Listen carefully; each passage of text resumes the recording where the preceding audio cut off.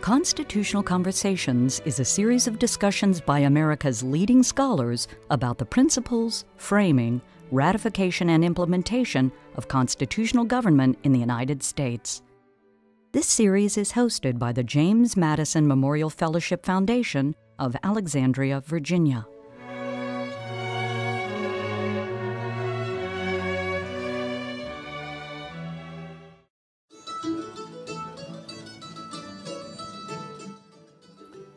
There were about 90 newspapers that were being published in the United States at this time, at any one time. During each year, one or two would fail and stop, and then one or two new papers would come along.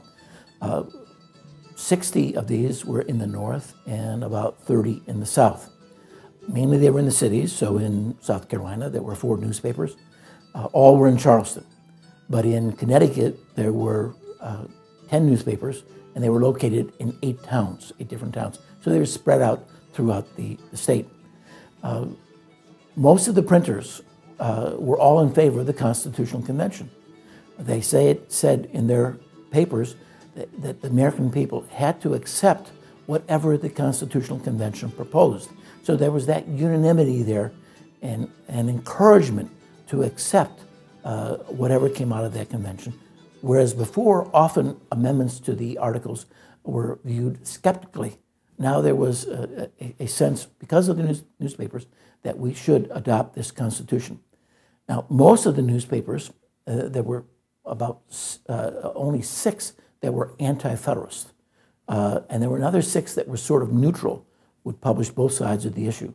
So that meant almost 80 were Federalist-oriented. And so they printed, and these newspapers are usually weeklies. There are about a half dozen dailies, that is Monday through Saturday, no one published on Sunday, and then a couple bi-weeklies.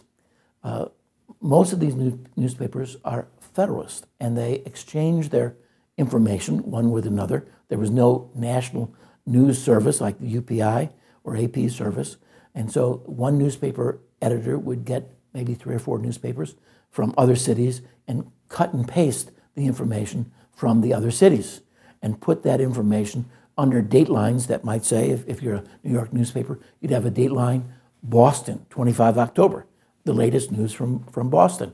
And so that's how they exchanged information. Consequently, Federalists, because they had so many newspapers, they had an advantage because they got their story before the public more than anti-Federalists.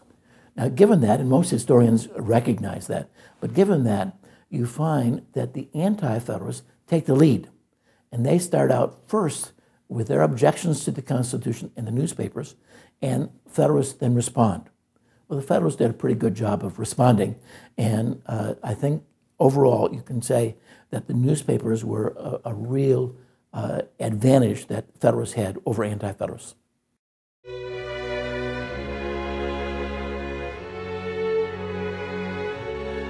Constitutional Conversations is made possible by a generous grant from the Fairleigh S. Dickinson Jr. Foundation. Constitutional Conversations is made possible by the James Madison Education Fund.